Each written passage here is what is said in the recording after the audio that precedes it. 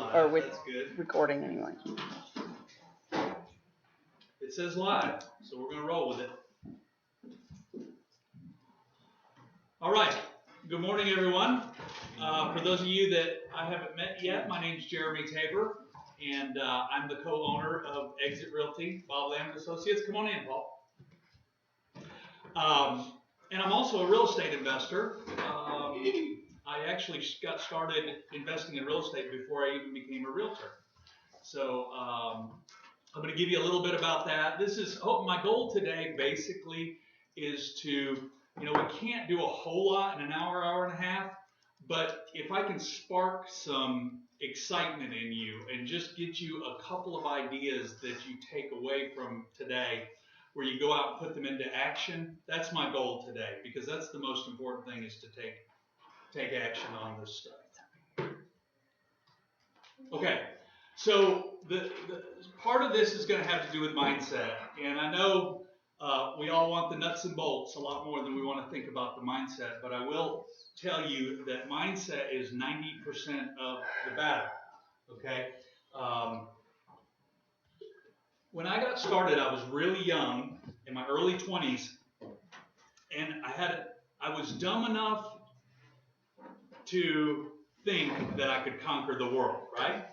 Okay, so I had no credit, no money, but I read some books and I got inspired, and I said, and my ignorance was actually my best asset. And I say that because many of us, we get brought up in a certain way, we get taught a certain way, we get a set of beliefs, we get a set of patterns with money, and it's hard to break out of those. Okay. Now, fortunately for me, I was all over the board. My beliefs were wide open. Okay. So there was this book I read called, I think it said, How to Make Millions in Real Estate in 3 Years, Starting with No Cash. Okay. And I'm the guy that would go buy that book. Okay. I'm the one that would actually buy it and believe it. So, one of the things you have to do is you have to really, really make a decision that you're going to do this. Now, I'm going to go through a little bit about how I got started, because I started with nothing. It had to be less than anybody sitting in this room, and I was able to build a really successful real estate portfolio using some of these principles. So, I didn't know I did it this way. Okay, cool. So I got started. In the construction field. Okay, so I was in construction before I ever did real estate, before I ever did investing or anything. And I noticed that I was trading time for dollars, right? It was paycheck to paycheck. And got married when I was 21 and rented a 2-bedroom apartment with my wife. So that's how we started out. I had $2,000 saved up in cash, but I had, I think, $12,000 or $14,000 worth of credit card, car payments, all that stuff. And my wife also had $12,000 or $14,000 worth of car payments, Sears card, JCPenney, all that stuff. So when we got together, we had a negative net worth when we got started. Now, I had also gone through a divorce when I was 20, believe it or not, and had some dings on my credit as well. So I started with bad credit, negative net worth, and young and just full of hopes, but I started at a very, very challenging place. And so basically my stepdad, he kind of inspired me, because one time I was looking at a piece of land I saw in the paper, and I said, wouldn't it be cool to be able to buy this land? He said, well, go put a contract on it, and then we'll figure out how to buy it. And I was like, what? What are you talking about? And little did I know that little saying right there, I've done 100 times over the course of my career. Go put a contract on it and figure out later how to get it. Okay? That sounds kind of risky, doesn't it? It sounds kind of scary. Hopefully after I get done with today, it won't be as scary. Real estate investing is really, really, really easy. It's almost scary how easy it is.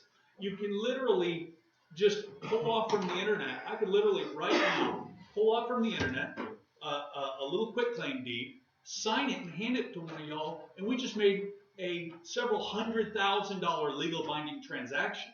I mean, that's how easy. You would think it would take more to transfer real estate, but it's really so simple and so easy. When you think of it that way, you realize how much power there actually is in real estate.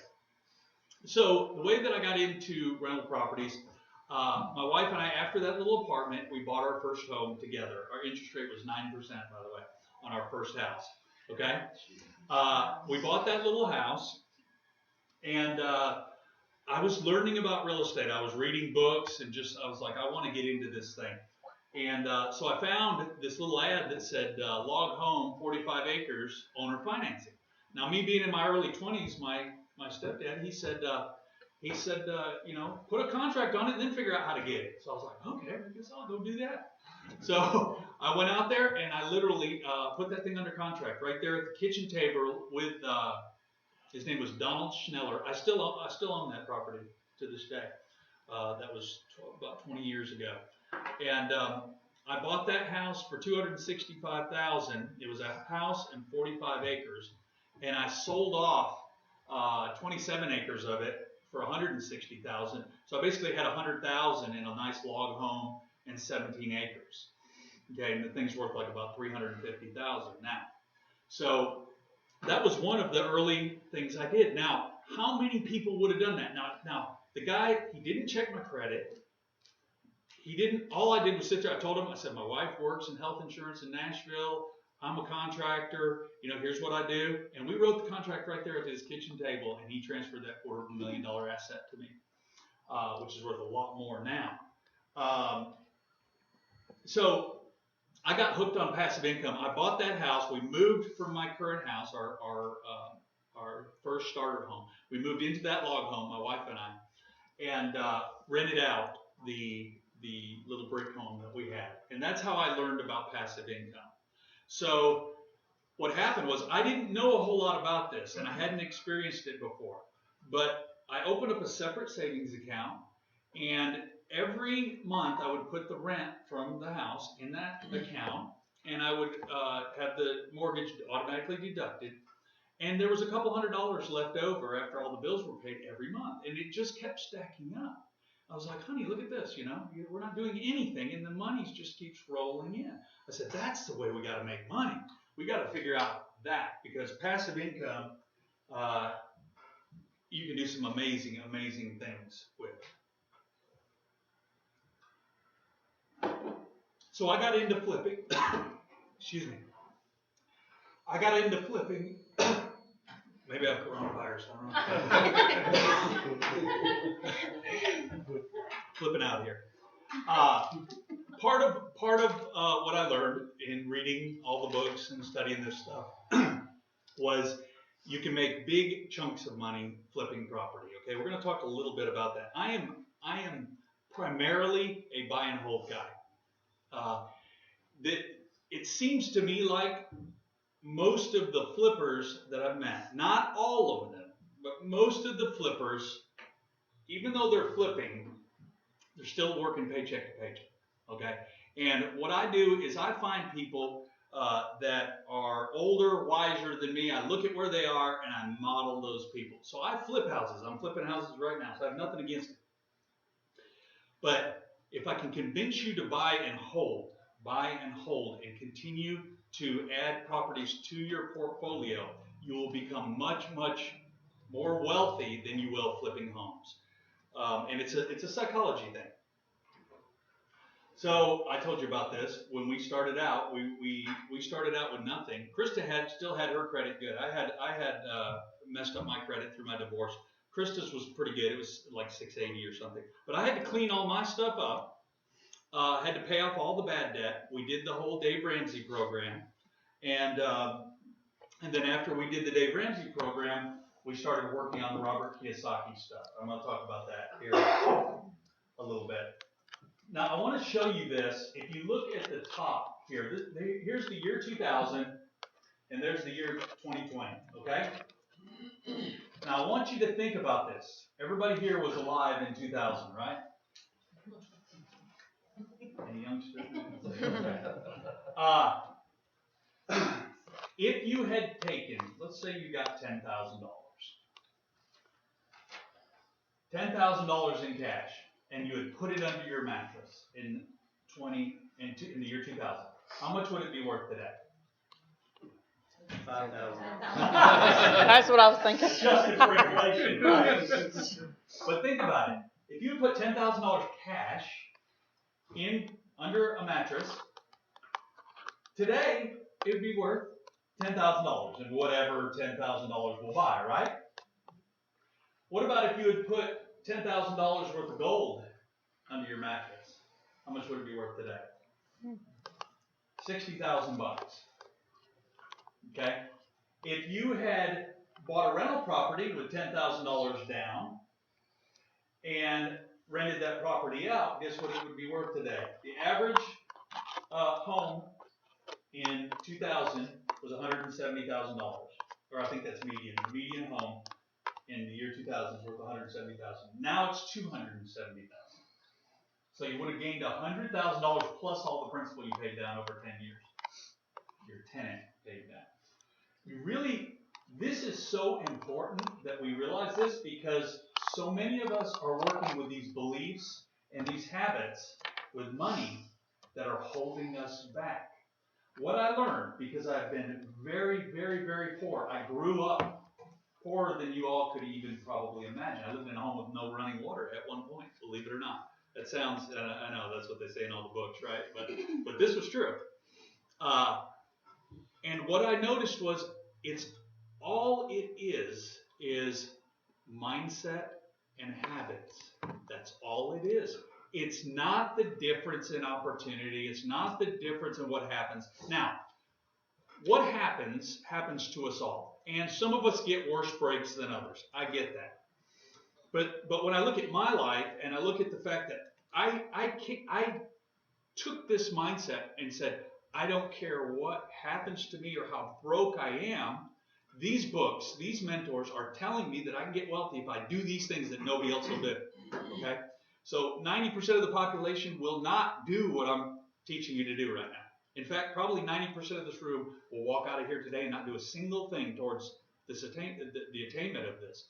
But maybe 10% of this room will. Or who knows? Maybe I'll have a better ratio. Maybe half the room will go out and take action. But let me just tell you that it's all in your mindset.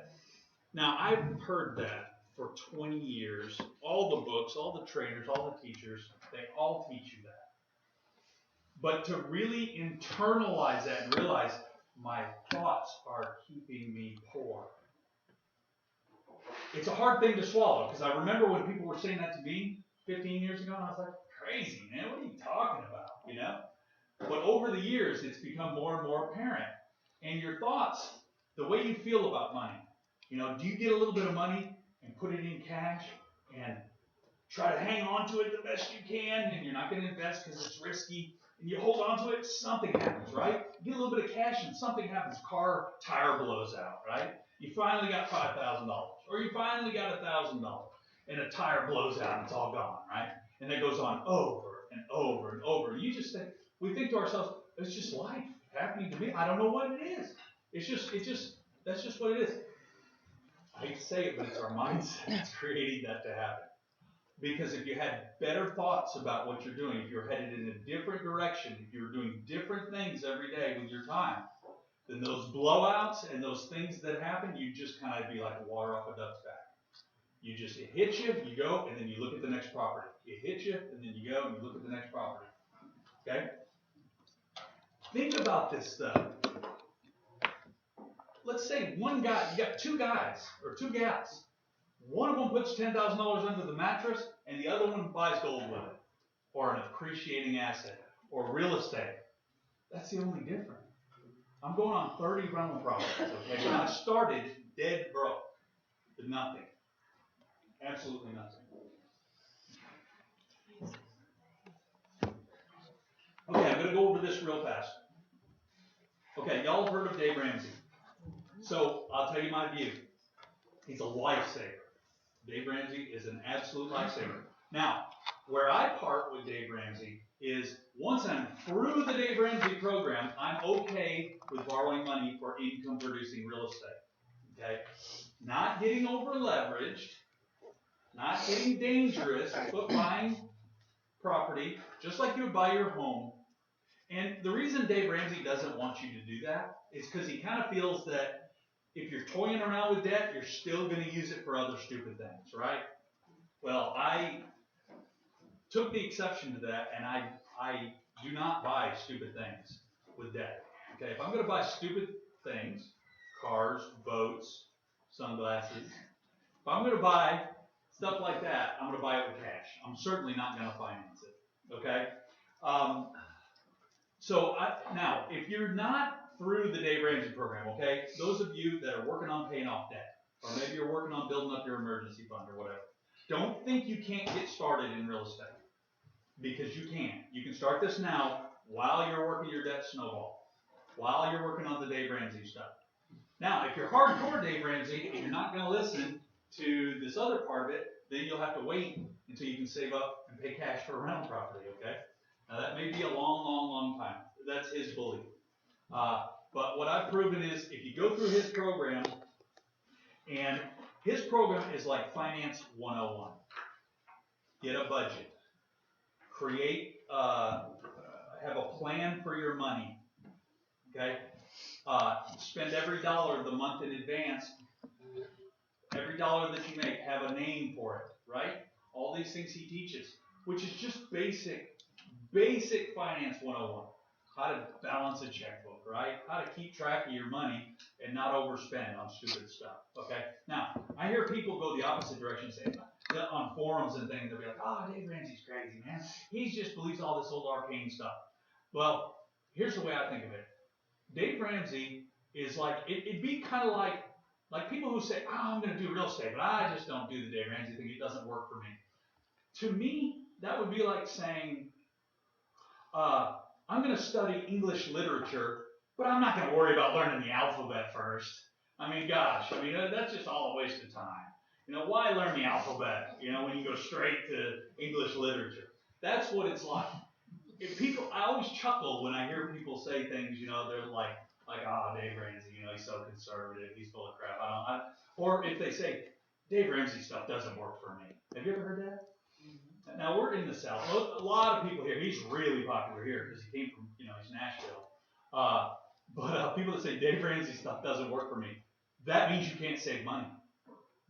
That means you can't do a budget. Doing a budget, saving money, and being financially responsible doesn't work for you? Okay, good luck in real estate investing, okay? Because you got to master those things. Now, like I said, I don't want you to think that if you're not through, because like 80 to 90% of Americans are not through Dave Ramsey's program, okay? Which means you're out of debt, bad debt at least. You have an emergency fund saved 3 to 6 months of your living expenses. You're putting some money away for retirement. That's what it means, basically, okay? Now, he's got you going on and paying your house off and doing all that stuff. I don't go that far because I'm leveraging real estate, but that's the only thing I borrow money for is real estate. Build your reserves. I'll give you a little trick right now. If you're trying to get approved from banks, banks would rather see you with a $50,000 loan on your house and $50,000 in cash in the bank than they would $0 in the bank and a paid-for house. They don't they look at your reserves, and for whatever reason, they want to know that you have enough cash to last through a few months of adversity, okay? So, like I was helping somebody get qualified for a real estate deal, and he had all this massive equity in his house, but he had like very low reserves, and the banks are looking at him and they're like, I mean, what an awesome thing to have your house almost paid off, right? That's awesome. That's strong. Well, the bank didn't look at it that way. They said, well, he didn't have any reserves. If he, gets hurt or something goes wrong, or if this project he wants to do, it takes a couple months longer, then he doesn't have any cash to do it with. And they don't look at it the same way. So I said, hey, pull out $50,000 of the equity in your personal residence, just like you had a mortgage, right? Dave Ramsey's okay with you having a mortgage on your personal home. and put it in a CD, or and then go back to the bank and show them and see how they feel. And he did that, and they approved it. So it's interesting because it's 6 of one, half a dozen of the other, right? It's like it's just a sleight of hand, right? It's just a trick. You know, you're pulling it from here, putting it over here, and the bank's all of a sudden going, okay, you're good. Yeah, you will learn. I love bankers, but you will learn that bankers are box checkers. Very few of them have any money. Okay, they might have a little bit. I'm in trouble with a lot of my bankers right now because we're live, but it's all right. It's all right. I'm still gonna borrow money from you. I promise. Okay. But they check boxes, and if you know what boxes they check, you can set yourself up in a way to put your best foot forward with your bankers. Okay. You do have to have a decent credit score to get the easiest money. The easiest money comes from the banks. I can literally pick up the phone right now and call my banker and say, hey, I need $500,000, and he'll wire it to me, or he'll put it in my account. Okay, that's how much I've built my credit over the years. I'll tell you an interesting story. When I was in my early 20s, I went to Wilson Bank, and I can't remember the guy's name, but I was a young kid in shorts and a tank top, I think. And I went in there and sat down, and I told him that. I said, I just got done reading a book and getting all excited about it. I said, I want to be that guy that can just call you up and say, hey, I need $250,000, and you just put it in my account. And he just kind of didn't, this dumb kid in a tank top, and he's like, well, Sonny, you got a ways to go. And so I thought that was pretty interesting. I wish I remember who that was, because I'd love to go back and show him my financial statement now, because he didn't have much belief in me back then, but I did it. I did what I said I was going to do. And anyone can do it. Anyone can do it. It's just a set of activities and a mindset along the way. Okay, so finding your financing resources, we're going to go into that a little bit. I told you I'd talk about how to do this with no money down. So I did, when I started out, I did real estate any way I could get my hands on it, okay? And started building. Some of it was a little risky, but I had nothing to lose, so I wasn't too worried about it. I was like, I'm going to build a real estate portfolio. I'm going to start, I'm going to master this thing. And I did. I got into it. I bought a couple of duplexes. The realtor that was selling them to me, she said, you'd be good in real estate. You're real personable.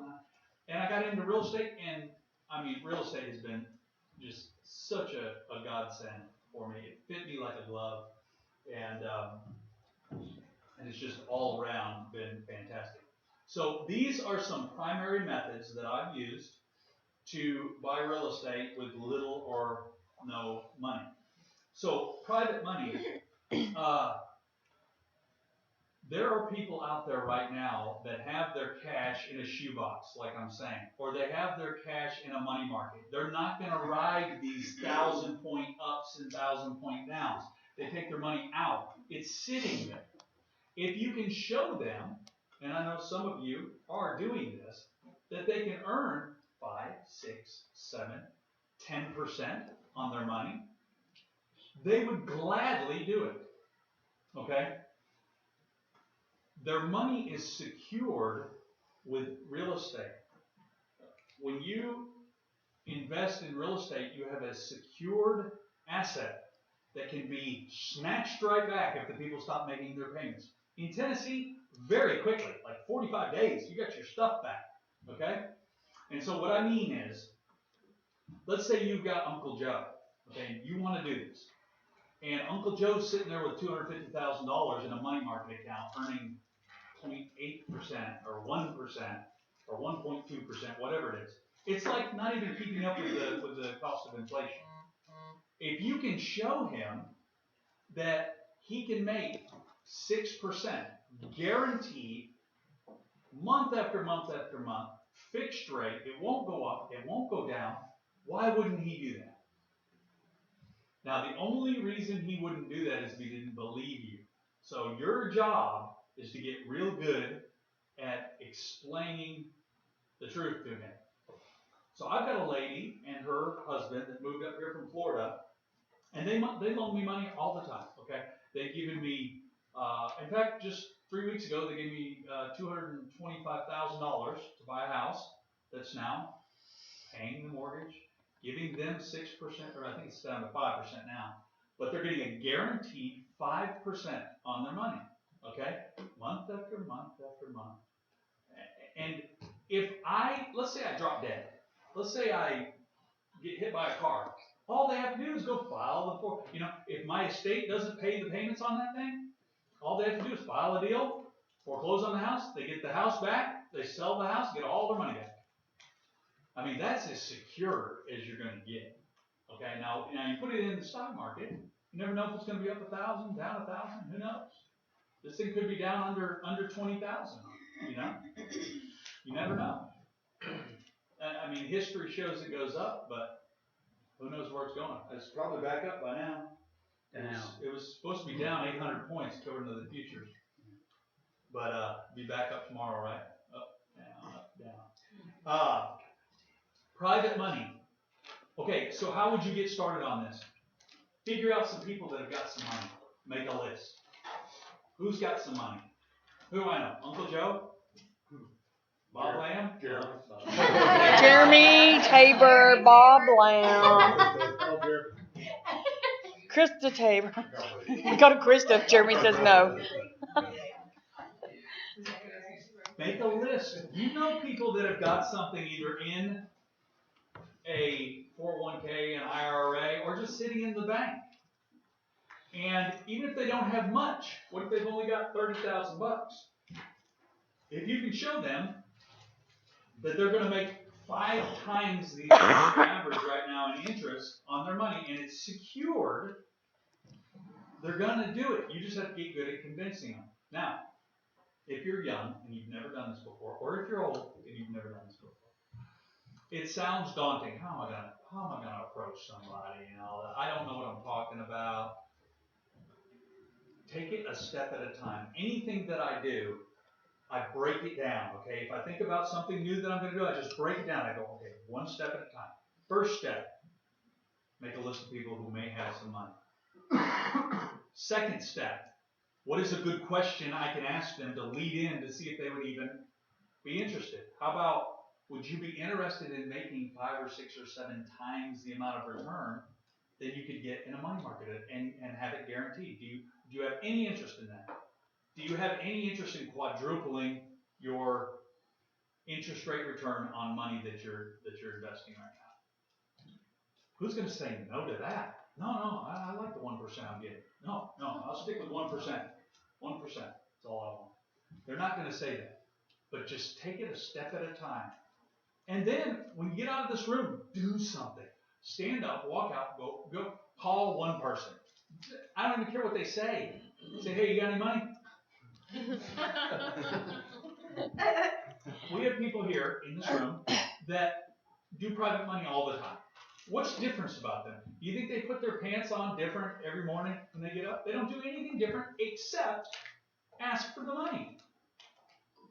And I'm sure that you've probably already seen on Facebook one of them asking for money this morning. I don't know. I haven't guessed. But the only difference is just they're willing to ask. You got to take these step-by-step things and just break them down and take action. Look, the way that I learned to be different was I thought to myself, okay, I'm in this room. The instructor's telling me to do this. I know nobody else in the room is probably going to do it, so I'm going to walk outside and do it. I'm going to be the one that actually, I'll fall flat on my face probably, but I'm going to put myself in the other group. There's the group that doesn't take action, which is the majority of them, and then the little bitty group that will actually at least take the first step. Well, I'm going to put myself in that group and just stay there. At least take the steps. That's it. At least move forward towards the realization of your goals. Okay, anybody know what subject 2 is besides Paul and Bianca? We've got some very astute investors in this room, so we're probably getting bored at some of these basics, but hopefully I can give a few little nuggets on that stuff. But anyway, subject 2, the existing mortgage. So did you know that you can buy a house, no money down? All that has to happen is the person quit claims you the property and it's yours. Now, If it has a mortgage on it, that mortgagee has first claim to it, and you gotta keep that mortgagee happy. Usually that mortgagee is just fine with the title being transferred as long as the property stays insured and as long as you make the payments. So I was showing this to my son, and I said, look at this. If I take this quitclaim deed right here, and I just put quitclaim, transfer it to Aaron Tabor, and I sign it and hand it to you, you now own the house. You own it. And I showed him how easy that was. Now, usually it has a mortgage on it, and the mortgage is in the person that just sold its name. Now, why would somebody do this? Why would somebody quitclaim their property to somebody else? Okay, if somebody is getting in financial trouble, and maybe they owe close to what the house is worth, or they don't have enough equity in it to even pay off the mortgage and pay real estate agents' fees and fix it up. And maybe it's headed for the courthouse steps. It's about to be foreclosed on. And you come in and you say, listen, quitclaim me this property. I will take over the payments. I'll pay the $2,000 that you're in arrear and bring your payments up to date. I'll take over the payments. I'll rent it out. It'll build your credit. And within 2 or 3 years, I'll probably refinance. And you won't have a foreclosure on your record. And that's a win-win, right? It's getting ready to go to the courthouse steps anyway. Okay, they're getting ready to have a foreclosure. What do they have to lose? I just did one of these 2 weeks ago. And these are all over the place. Okay, this stuff now, you got to learn a little bit more about it. Hopefully you wrote down subject to, and hopefully you'll go back and study it a little bit. And obviously I can't just give you 3 or 4 lines and then you run out there and be the subject to king or queen. But I may have given you an idea. I don't have any money, but maybe I can get property subject to. That's a good way to do it. Wraparound lease. If you want to build cash flow, if you have the ability to sublet a property, you can lease a property. Maybe you're willing to give somebody a 2 or 3 year lease, and then sublease it. If they have to agree to letting you sublease it for $200 or $300 more than you leased it for. Now you've got cash flow. Okay, you take control of the property with a lease or a lease option or a lease purchase option, and you rent it out. You have to get permission, because I know a lot of people are probably saying, yeah, you can't just do that. They won't let you. You have to get permission. You sit down with them, you say, look, you've been having a hard time renting this property. I know you're asking $1,000 a month. It needs a little cleaning up and stuff. I'll go in there and paint it myself. I'll guarantee you $750 a month for 2 years.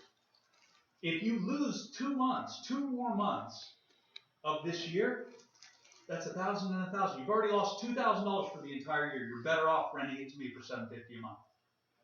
That's just math. And there's a simple little technique that you can use and start tomorrow calling landlords off of Craigslist. Hey, if I could guarantee you 2 years rent, would you allow me to sublet? I'm a professional realtor. I'm not going to obviously do anything to damage my reputation. I'm going to take care of your property. I work with a very reputable firm. Or you don't even have to. There's advantages to not being a real estate agent as far as disclosure and stuff. So, contract for deed. Okay, did you know you can buy a property and you just do a contract, and the contract you're buying it's called contract for deed. These are also known as land contracts. You ever heard about land contract? They're done all the time. A contract for deed just says after you get done paying all of these payments, they will transfer the deed over to you. It's just a contract. You can record it right at the courthouse. It's a contract for deed. You can buy a property and say, would you be interested in doing a land contract? Or the old timers call them land contracts, but the technical term is contract for deed. And then assignments. Okay, so I'm the assignment king. Okay, I love assignments. If you can get a property under contract, did you know that in Tennessee anyway, all contracts are assignable unless otherwise stated in the contract? Okay, so if you write a contract to someone that you're going to buy their property, you can sell that contract to someone else. Okay, I do it all the time, every month I'm doing these things. I did it on huge multi-million-dollar land deals.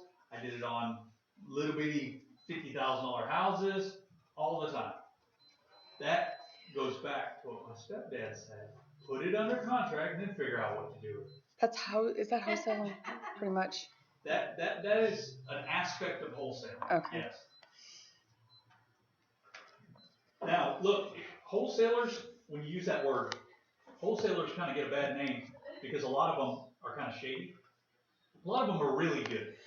Now, I've had hundreds of wholesale deals in my career. You don't want to be shady about this at all, and you don't ever want to get the reputation for being shady. You want to be right up front with it. You want to sit down with them and say, look, you're losing your shirt on this property. What are you going to do if you list the property?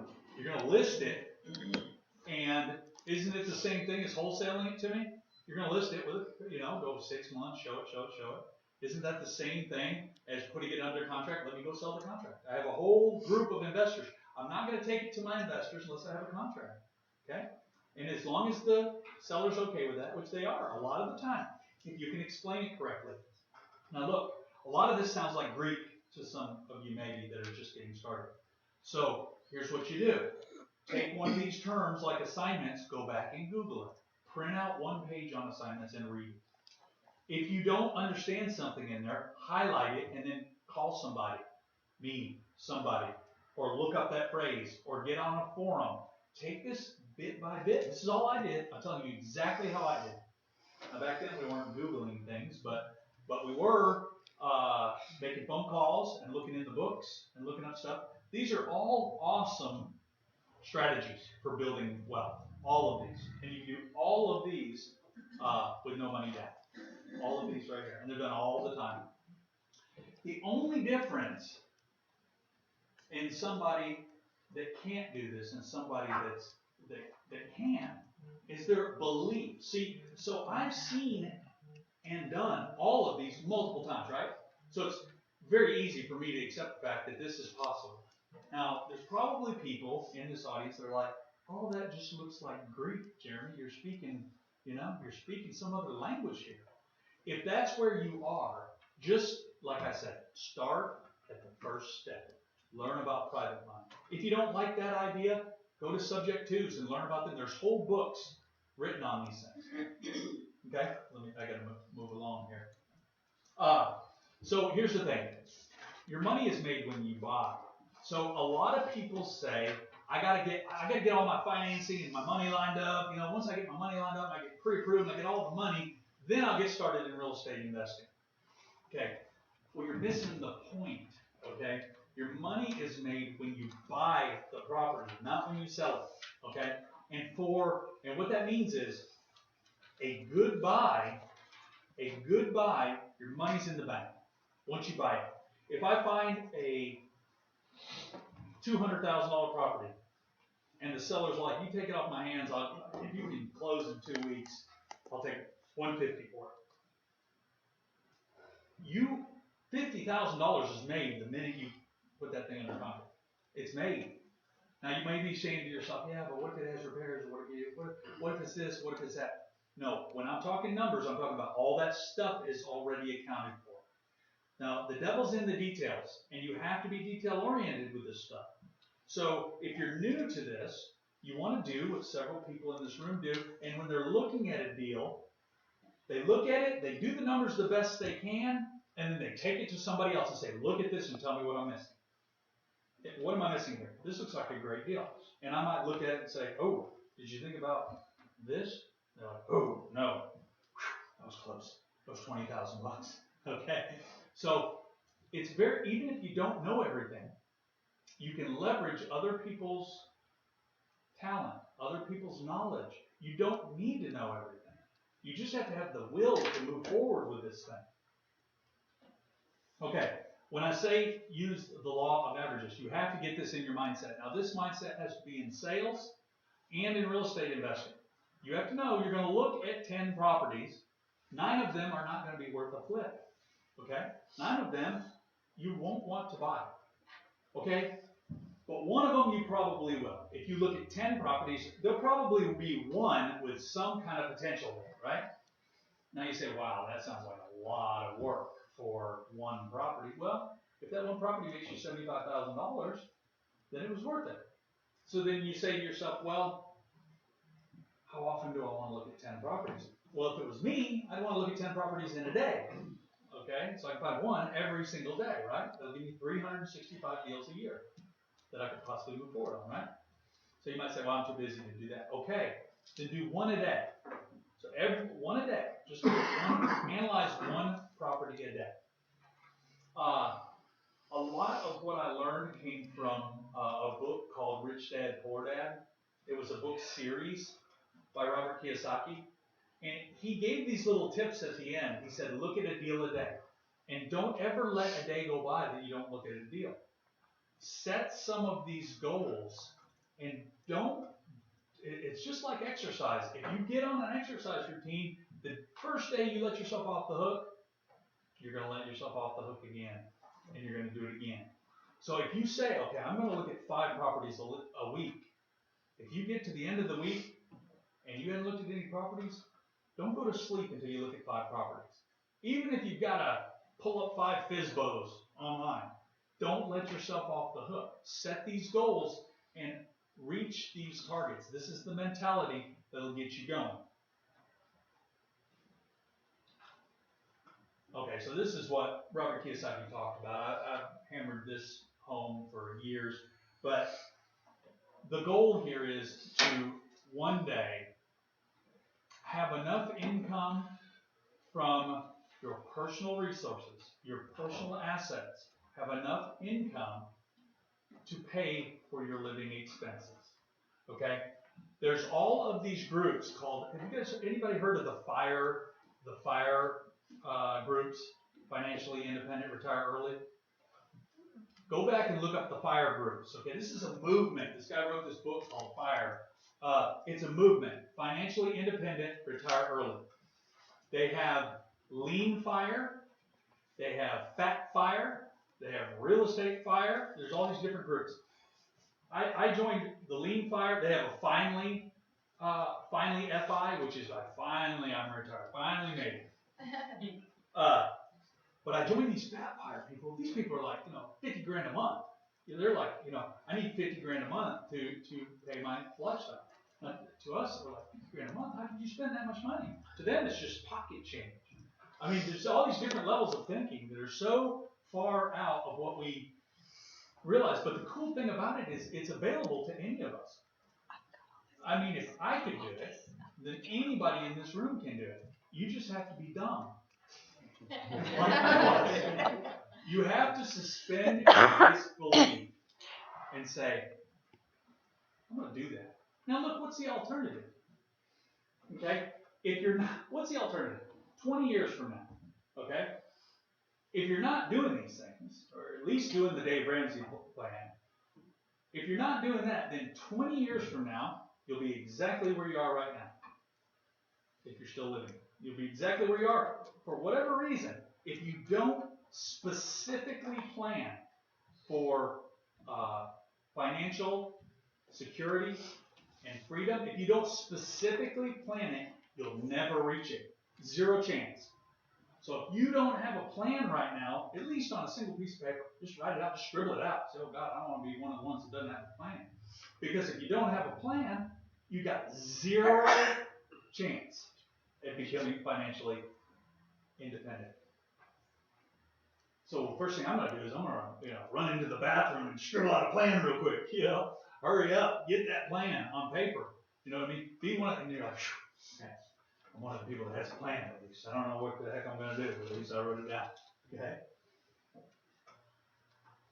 The rat race will keep you working no matter how much money you make. Let me just tell you, I promise you, if the thought is, if I can just outrun my expenses. That's the thought. That's the common thought. If I just made more money. If people just gave me more money. If the chips just fell differently for me. If money was easier to get. People have all these thoughts and they think, as soon as the minimum wage gets increased, then I'm going to make some money. They think of all these external things that will never do it. And the thing about it is, you can't outrun it. You have to become a saver and an investor. You can't outrun it. I know people making $250,000 a year that are dead broke. I'm not kidding. That sounds crazy, but let me tell you, in my own experience, I've gone from 0 to a lot of money per year. If you're not watching it and planning and paying close attention, you get this thing called expenses creep, and it creeps up on you. You can be the best. I mean, I'm so conditioned to hating buying things. I have a hard time buying things. Sometimes I have to trick myself or get my wife to go buy it for me. I will literally set out to go to the mall to pick up a pair of shoes, and before I get there, I'll turn around. I'll turn around and drive home. I was like, nah, I don't need that right now. I mean, I'll be like, hey, this guy, I'm gonna do it, Jeremy. Jeremy, you can do it. I can buy a pair of shoes for $60 here.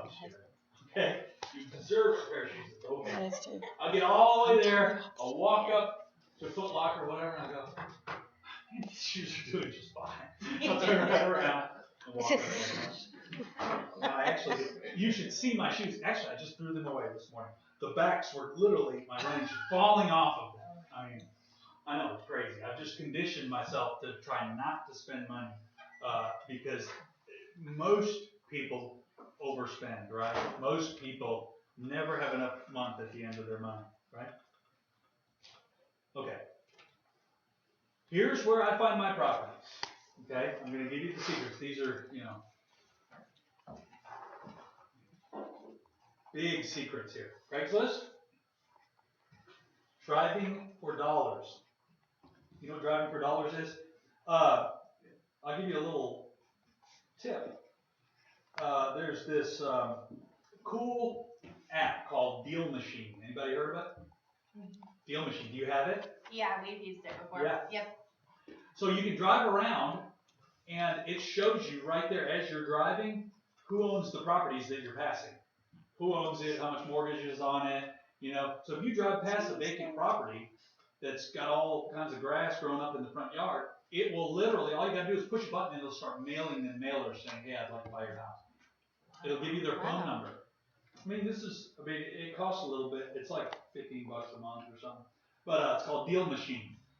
Look it up. It's really cool. I found some cool properties on there. Networking is huge. If you're new to this, you gotta let people know. Now, a lot of the properties that I've picked up over the last 2 years have been because agents in this office have just called me up and said, hey, I got a property here. They don't want to go on the MLS. They want to just sell it. Would you be interested in looking at it? I'm like, of course I am. I bought one from Kimberly. I bought one from Chuck Shaw. I bought one from Libby Raymond. I mean, why are they calling me? Because I told them I want to buy houses. And I let people know that. I post on there, I buy houses. If anybody has houses, call me. Now, you got to do that too. Okay? I buy houses. Any one of you can do that. Get a group of people. Make a target list. Call them all and say, hey, I just want you to know I'm investing in real estate now, so if you have anything that looks like it might be an investment property, shoot me the address. See? And I don't even do it that hard. It's not like I'm pushing. If I'm young and new and ready to get this rocking, man, I'm calling somebody every day. I'm going to find somebody face to face, person to person. Hey, I'm buying properties. If you hear of anyone that's moving out of their house, this is the same principle for selling real estate too. Same principle. But this is buying real estate. Let people know about it. These are simple little things. And you can just take 30 minutes or an hour a day, and every day work an hour a day on this. And all of a sudden things will start happening. If you start doing it, a week will go by, another week will go by, another week will go by, you'll think nothing's happening, all of a sudden somebody calls you. Hey, I got this property. It's in rough shape. There's no way I'm listing it. The guy just wants cash for it. He just wants out of it. They'll tell you that. And you'll be like, ooh, what you got? You'll go look at it and you go, oh my God, how much will you take for it? And they'll say $60,000. You'll be like, oh my God, I found a deal. Then you run the opposite direction and hide. I love this. Yeah, happens all the time. All you gotta do is set your attention on it. You don't have, and if it's scary, then just say, okay, I'm just gonna pretend like I'm an investor. Okay, I won't really buy anything. Trick yourself into becoming an investor. Say, I'm just gonna start doing some of these things, Jeremy, and see what happens. But you gotta do them consistently. You gotta do them every day. Something every day to remind yourself that you're a real estate investor. Networking is huge. Networking is just letting people know what you want to do. bandit signs. You ever see, we buy houses? They're All all over. over. I used to have a whole campaign where I'd go out and put them in. I'd put them up high enough where they can't tear them down. The city can't tear them down. Oops. Oh, sorry, Mayor. But anyway, we take a little. We have a ladder, just a single part of a ladder, where we can get up just high enough and tack them up there where they can't reach them, tear them off. But they start bringing these poles out and they're tearing them off. But you just go back and put them back up after they're done tearing them off. Just kidding. You know I have so much information on you. I could blackmail you at any time. kidding. I've got so many They know. recordings. They know it's me. But if you go driving around, people are putting them at Oh, corner yeah. intersections, and what happens is the city comes and pulls them all down, right? But you can go get them. You can go get them. You got to pay like $4 a sign, but it's cost of doing business. They load them up in a big warehouse. You come in, you say, "I need all my signs back." Here's $4, and you put them all back out. And then they come. It's a Where is that? It's like a sign graveyard. Yeah. Where is it? I don't know. I never went and got them. Somebody- I just made enough of them where I put them back. I didn't want them to see my face. No, I'm just kidding. No, they know. They get all our open house signs too. They get all our open house signs and all our, Yeah. it's somewhere downtown. Bob knows where it's at. He'll tell you. Postcards. So mailing out postcards to absentee owners. Those of you that are real estate agents can get on CRS and look up absentee owners and just mail out little cards. I'll tell you, mailing a regular little letter that says, "I would like to buy your home. My name is so and so," and actually handwriting it and putting it in an envelope and sending it, you'll get a much higher open rate. And people will call you back. Handwriting. Now it takes time. So now they got these computers that will make the letter look like it's really hand done, right? You can actually hire somebody to handwrite your, on a computer, and it looks like it, but it's too perfect, You ever get those? I mean, I get them every day in my house. I got a friend who keeps getting it, and they even call her. And last time they called, she said, "Call my realtor. Her name is Becky." There you go. Oh, yes. Speaking of Because which, she doesn't want to if you're talk going to to do postcards or mail outs or anything and you are a realtor, you must disclose that this is not a solicitation. I'm not trying to get your listing. I'm not trying to, all I'm doing is saying that I might be an interested buyer. So make sure you disclose. If you're a real estate agent, there's a higher level of disclosure needed. Okay, now I've been a real estate agent and broker for the majority of my entire career. And never had any problem because I'm not trying to. I'm only looking for people who are looking for me. Okay, if I got somebody and he's down on his luck and he wants to move back to Michigan and he's got a house that's just jumped up and he's got some equity in it, but it would take him a year to clean the place up by himself and get his equity out, and he just wants out. Well, that's who I'm looking for. Okay, I will do the work for you, clean it all up. You can go now and hit your goal, and then I'll make my money from all the work that I'm going to put in and the risk that I'm putting in. That's fair, and they'll do it. Some of them won't do it. Some of them want to stay behind, clean it all up, and do it themselves, right? But the ones that will do it, that's what I'm looking for, and they're out there. They're out there. This is how I got the properties that I've got. Auctions. Auctions are awesome. I made a lot of money going to auctions, buying property, and listing. And then I've made money taking listed properties and putting them at auction. But there's multiple. There was an auction. I actually missed one last weekend. I should have bought it. It was a great deal. If any of y'all had been there, I kind of did it last minute. It was a duplex overlooking a beautiful meadow. Many of you that are live know which one I'm talking about. And it was 2-bedroom, 1 bath each side. It sold for $180. And it was a great deal. I should have bought it. I was standing there with another real estate investor. I looked at him. He looked at me. I said, "We're going to regret not buying this because it went for $180. I could have bought it for $181, and I should have bought it, but I passed it up. I said, it was kicking in the shoe thing. The shoe thing was kicking in. I was like, and then after I'm like, darn, I should have bought that thing. But they're all over the place if you just start looking, and you don't have to put in 40 hours a week. You just have to put in a consistent 1 hour a week. Get up an extra hour early. Get up and look on Craigslist. Drive around the neighborhood, look for grass growing way up, look for vacant properties. Call 2 people up. Hey, I'm looking for properties. Post something. Looking for vacant properties. Looking to expand my rental portfolio. I'm sure everyone in here is looking to expand their rental portfolio, right? That's nothing.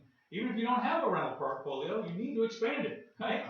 So you're telling the truth. You're telling them, even if you're brand new, you got to start somewhere. You got to buy your first property. Now let me just tell you, after you get your first or second or third, it gets really easy. I can buy a property. I can buy a property easier than I can buy a pair of shoes. It's so easy. It's to just go out and buy property. All right, MLS. I bought a ton of properties on the MLS. Everybody's like, man, there's no deals on the MLS. Yes, there is. Mm-hmm. Yes, there is. People overlook it. Sometimes you got to snatch it up the minute I bought. I don't know. I'd say half of my properties I bought off the MLS. Comes up. You call them up. You say, hey, I want that. You can have both sides of the commission. I don't even want the commission. Just let me. I'll lock it down. I'll give you full price. You can have both sides of the commission. What do you think that realtor's going to do? So, They're gonna be like, and somebody else goes, hey, can I go see that property? Sorry, I've already got it sold. Look at that one little technique. If you see a deal that pops up and it's a deal and you want it, just call them up and say, I can remain unrepresented. I'll buy it.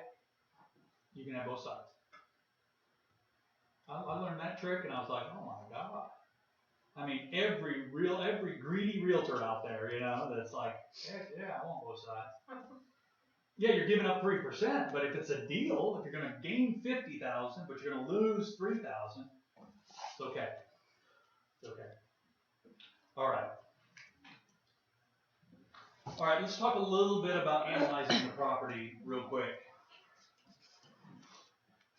Once you find the property, this is how I go through and analyze them.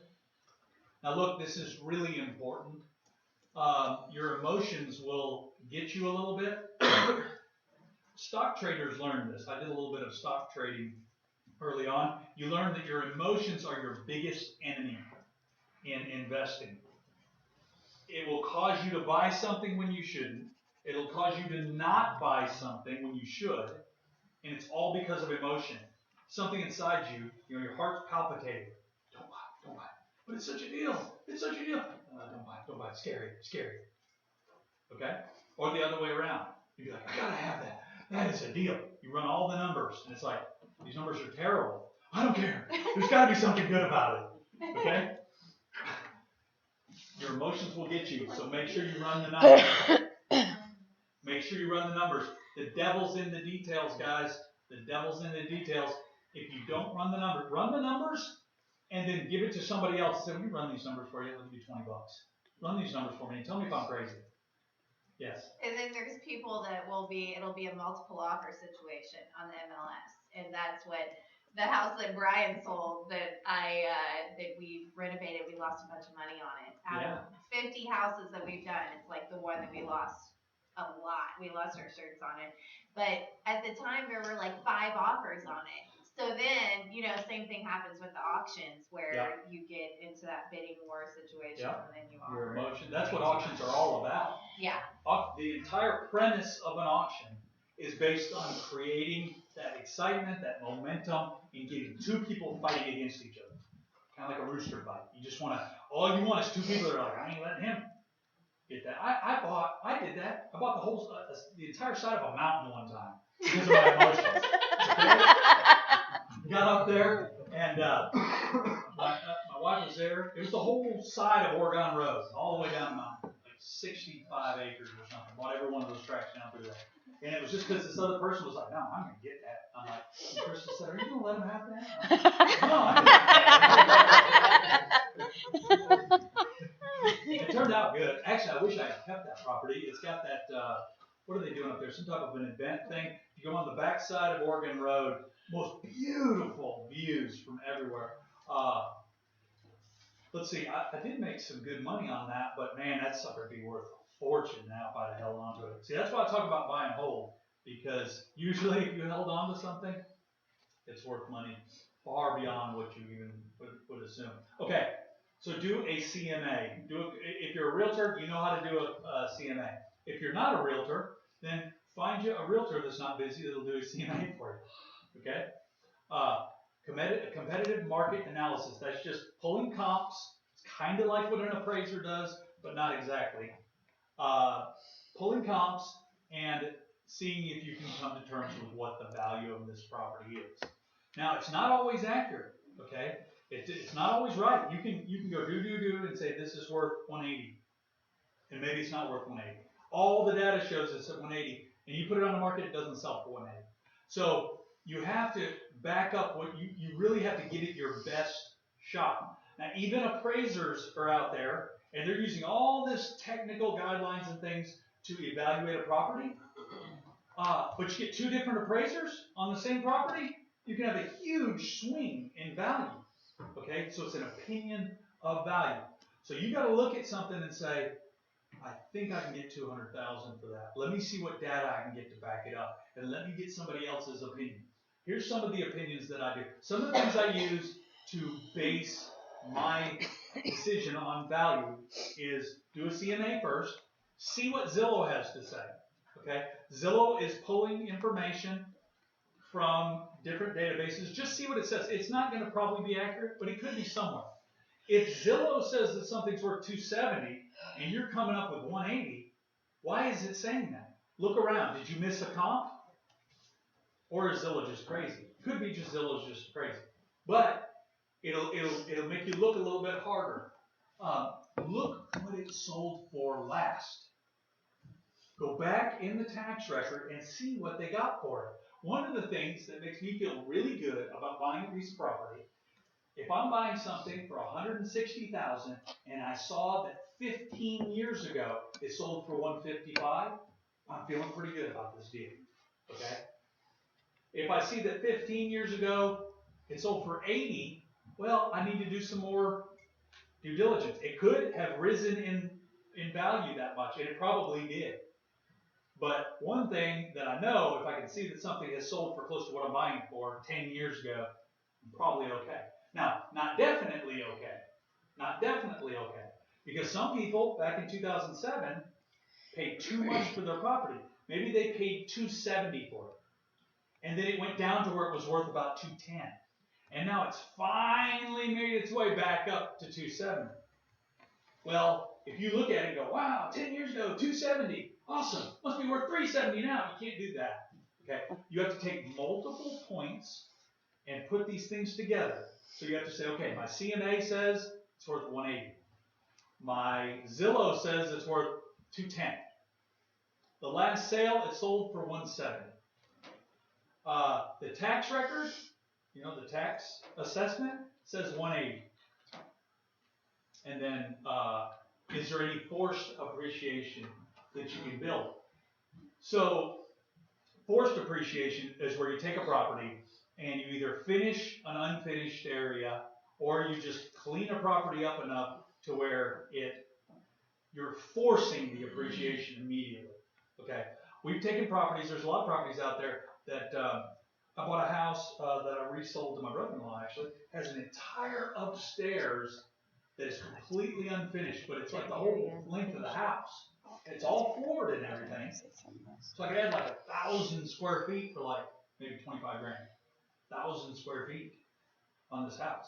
I sold it to him instead, and he'll do that himself and get that himself. But that's forced appreciation. You buy it, you finish out a bonus room, boom, blows it up. Whatever, 100 square feet, 200 square feet, 400 square feet. It's forced appreciation. All right, estimating repairs. This is kind of a guideline. You think to yourself, I've heard people say, well, I don't have any clue what stuff costs, so I can't figure out how much stuff is.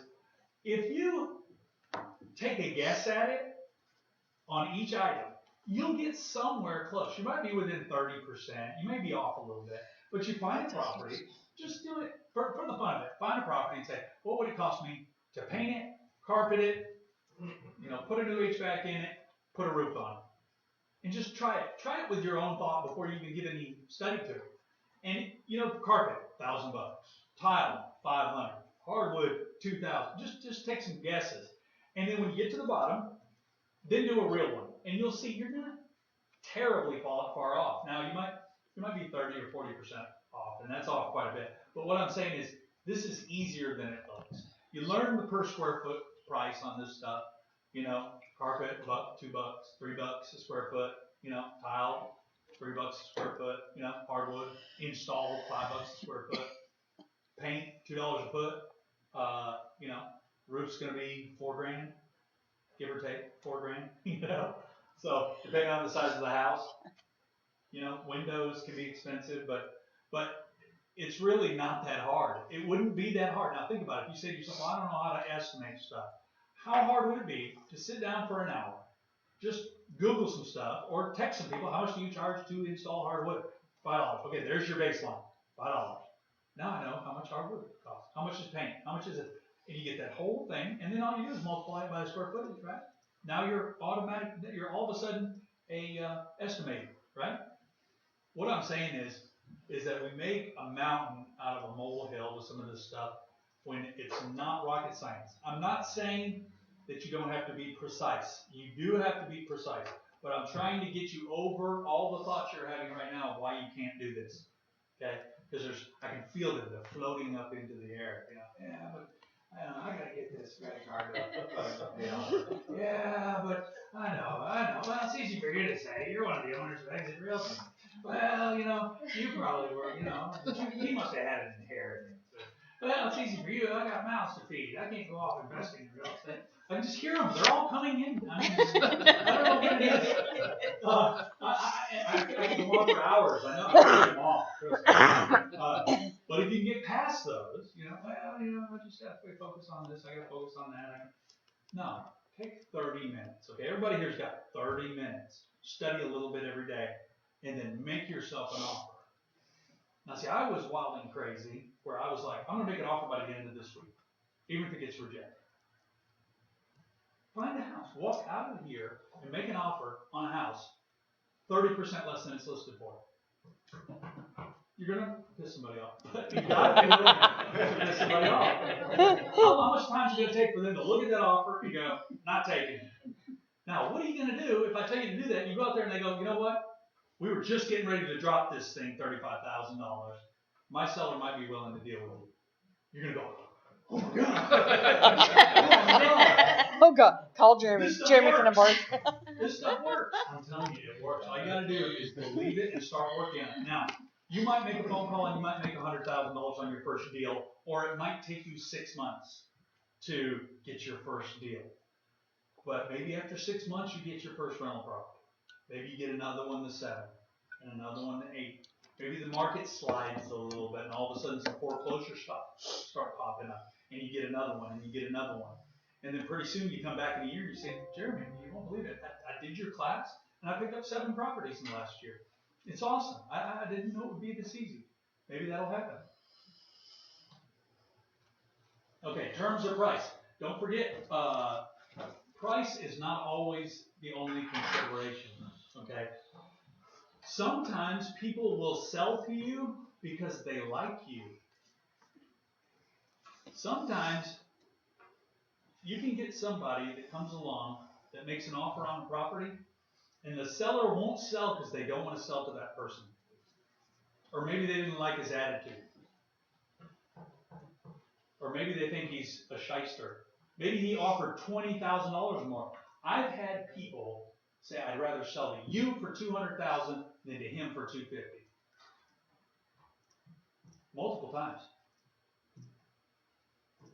You know, this stuff doesn't sound. That's why it's all reserved for like the 1% or the 0.5% of people that do it, because nobody believes it. This stuff really happens, and if you do it every day, you know, Paul's sitting back there like this. He's like, yeah, no, I do this every single day. Tell me something I don't know. I'll bet I said something that'll spark something in there. Paul's an expert. He's a real estate expert in Bianca. All right, here's 3 different types of contracts that you can do. A feasibility contract. So you can make a contract, you can make a offer on a property with a feasibility period in there. I need 10 days to make sure that this is feasible. You put it under contract. It's a legally binding contract. and you put a feasibility study, or just a due diligence period, or whatever you want to call it, and you check it out. Now, this is done all the time in commercial. Almost always, a commercial deal is not done without a due diligence or feasibility. So they're like all the time, you know, I need 30 days due diligence, or I need 30 days feasibility. The first big development that we did here, being Bob and some of our partners, this property popped up on the MLS. I'd heard about this property before. I did not have $900,000 in the bank. Okay, I was out there, this was like 2012 or 13 maybe. I didn't have that cash in the bank to just write a check for it. But it popped up, and I said, wow, we need to do a development. I'm gonna put that under contract and then figure out how to get it. So I did. I wrote a contract up on it, and I went to Bob, I said, Bob, I got this land under contract, you wanna do a development with me? He's like, let's see that. I don't know about that. But he ended up doing it, and we did it. We built 40 homes in there. But I didn't have the money to buy that. I just, boom, we built 40 homes in there. Just like that. Just because of this silly idea I had in my head that I could buy something without knowing how to get it. Assignment contracts, I told you guys about that. You know, just assigning a contract. Get yourself a list of investors. If you see a good deal and you're like, there's a lot of margin in this property. Now, I have people that call me up all the time, and they sell me their contracts, okay? So they got a property for 140, and they sell it to me for 165 or 170, but it's worth like 200